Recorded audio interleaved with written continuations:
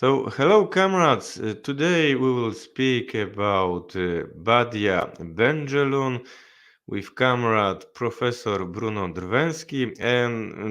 Bruno, could you say something? Who was Badia Benjelloun? Because Badia Benjelloun passed away more or less 1 week ago. She had cancer from June, and she was cured in France, and the last week she was repatriated to Morocco to die with her family there. And of course, it's a very big loss for emotional reasons, but also for political reasons, because she was very active on political scene from long ago, and she wrote more than 300 articles in the leftist press in France and outside. So I will just give some information about who she was. She was a doctor in medicine. She was also epidemiologist, and she wrote quite a lot of articles about COVID-19 when the COVID-19 appeared.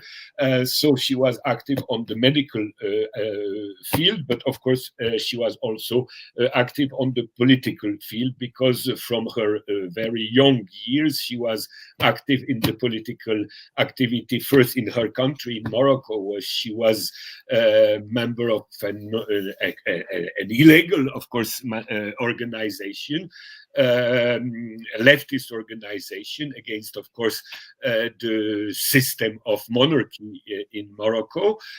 She fought against the dictatorship in Morocco. She fought against the dictatorships in the Arab world. She fought for Palestine. And when a lot of her comrades were arrested, she helped them when they were not killed. She helped them on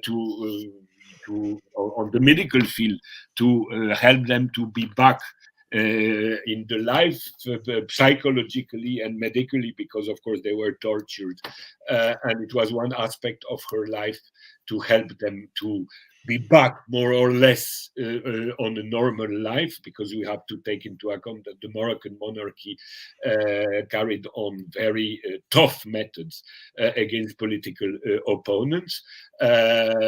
So she was active in Morocco, and then later, of course, in France. She was very active on different fields of anti-imperialist activities in different organizations. And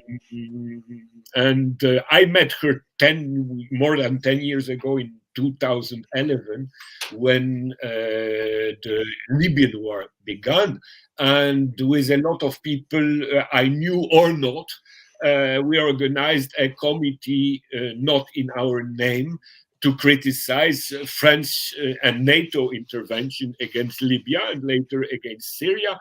And we were quite active there toward French politicians. We were asking them to answer what is their position concerning those aggressions, and we try to re-inform political opinion about those imperialist wars that were, of course, carried on under the pretext of right to protect human rights and so on. And we gave information about what in fact this war was, and why we have to support Libyan and Syrian state. Whatever we can think about political situation in those countries, we have to reaffirm the first principle of the United Nations Charter, that a foreign intervention cannot be acceptable in the international affairs of any country, because as we know, interventions in international affairs of every country are always intervention of a powerful state, superpower like the United States and NATO against little countries, but the contrary never happens. So we were active there from that time on imperialist, anti-imperialist activities. We were also very active during the Yellow Vest movement, and later up to her death.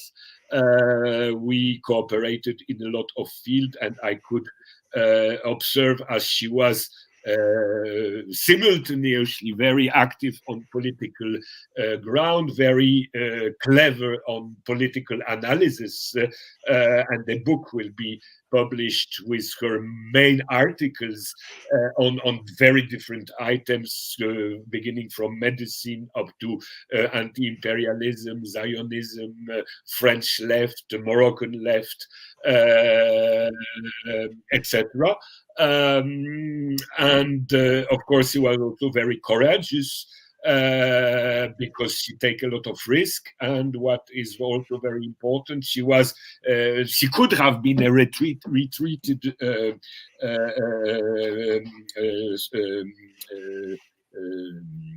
doctor, but up to the very end of her life, she was carrying people in very profound France, in Seine-et-Marne.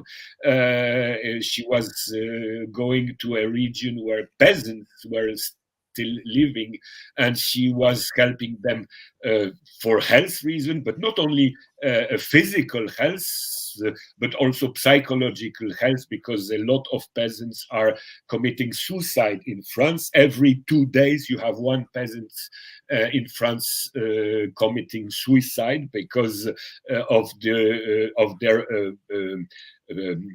financial tragedy under the so-called European agricultural policies. And it's very important also to take into account their tragedy, political tragedy, financial tragedy, psychological tragedy, and political tragedy in consequences.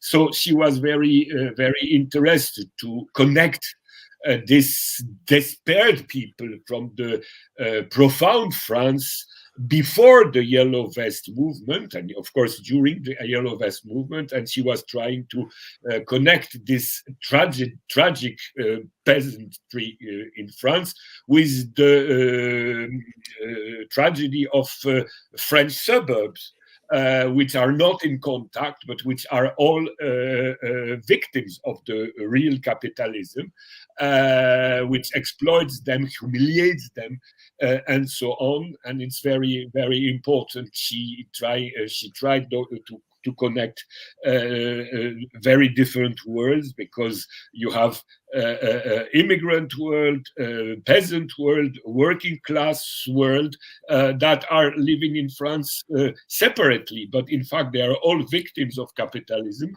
and have to be united under the traditional motto of the working class movement, as you know, proletarian of all the world unite. In France, concretely, it's proletarian of France unite. And that's why her death, it's a very painful moment, but it's also a very politically bad moment, because she was trying to do what quite few people, even on the left, are active in. And but anyway, she left behind a lot of relations and a lot of thought and a lot of articles we will try to use in the future for the fight she was concentrated in. She, as a doctor, she had some money, and we have to also to tell that the money left she gave to the so-called street children in Morocco, which are in a tragic situation, and she wanted to help them. and what and she already helped them was when she was living, but now all the rest of money she has will go for them to help them to have an education, to have a basic life. Because if the situation in France, as you know, can be tragic for poor people and street children, in Morocco, of course, the situation is still worse because Morocco is a third world country with a state which has no social policies at all, and all the phenomena I described here are much worse in Morocco than in France or in Western Europe, even if Western Europe is going toward a process of I will call it third worldization because of the current crisis we are experiencing in Western Europe, as in United States and North America, because capitalism is a decaying order. And we have to take that into account, that the situation we could observe in third world, we are going to observe more and more frequently in so-called developed countries because of this predatory political and social and economical regime, which is called capitalism, which is arrived at the end of the road. And we are going in a situation where we have two choices, socialism or barbarism. And we don't want a barbaric world, so we have to support and promote a socialist alternative. Badia Benjelloun was working for, and we will be on her road toward the same ideals. Bruno, some of photo which are here are from the manifestation of solidarity with George Ibrahim Abdallah. Could you say a few words? Who is George Ibrahim Abdallah and why? Badia Benjelloun was very active defending George Ibrahim Abdallah. She visited him quite a lot of time in his jail in southern France. George Ibrahim Abdallah, he's a Lebanese communist who was fighting for inside the Arab Revolutionary Front in Lebanon. I think it's the name of his organization. Excuse me, maybe I'm mixing the name, but anyway, it's FARL in France. It's Free Army for the Liberation, Free Lebanese Army of the for Liberation, I think. Anyway, it's an organization which was linked with the Palestinian People's Liberation Front, fighting against, as you know, Israeli occupation. And he was arrested in France very long ago, I don't remember exactly when, accused to have taken part in the assassination of an Israeli diplomat. Actually, he declared he did not took part in this assassination, even if he is supporting the idea to assassinate Zionist and American imperialists. He was anyway jailed. According to the French law, he should have been freed already 30 years ago, but the American embassy intervened quite every time when he was supposed to be freed to make him not freed. So he's still illegally now in France in jail, and he should be freed and expelled to his home country, which is Lebanon. The ambassador of Lebanon intervened quite a lot of time to ask French government to free him, but he wasn't. So if the Lebanese government intervene, you can understand that it's under the pressure of the so-called Lebanese street, where he is very popular. So George Ibrahim Abdallah is the oldest political prisoner in Europe. And we have to take into account that we have political prisoners in Western so-called democratic countries. And George Ibrahim Abdallah would have been liberated if he had wrote a letter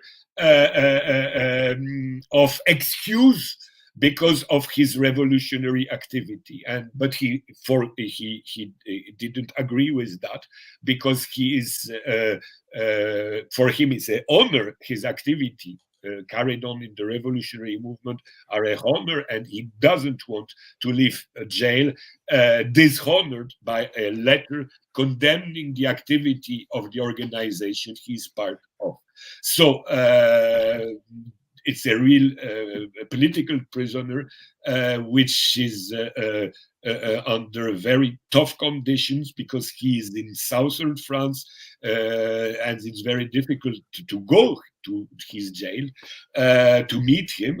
But anyway, we have to take into account that George Ibrahim Abdallah is a very respected man, not only in the leftist circles, because people who are working in the jail where he is in southern France, which are not at all political activists, which are not at all politically engaged, have show quite often a great respect toward him, the way he behaved in prison, the way he's talking to them, and to a certain extent we can say that George Ibrahim Abdallah is making a good political job inside the jail where he is, even if of course his situation is very bad. He is now more than 70 years old. And you can suppose what it means to have been in jail the majority of your life. So we have to take into account the state of the French democracy, because it shows, but we know it from Assange in England, that,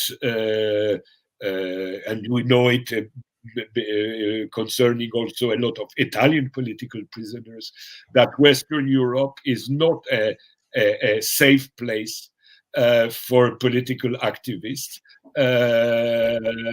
And we have to know that the double standards are functioning all over the world, but especially Western so-called democracies are experts in double standards, because they talk all over the world about human rights, but they don't respect them at home.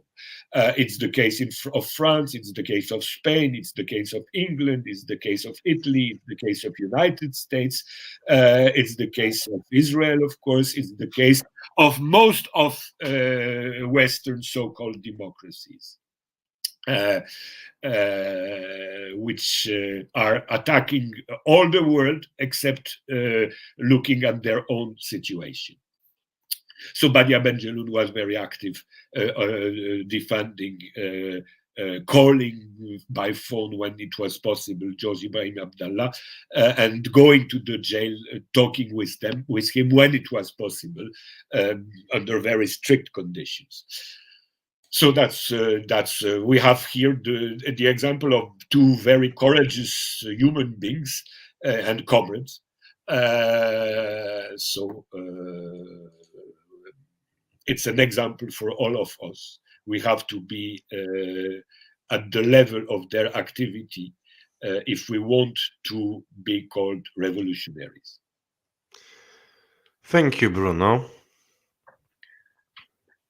Okay.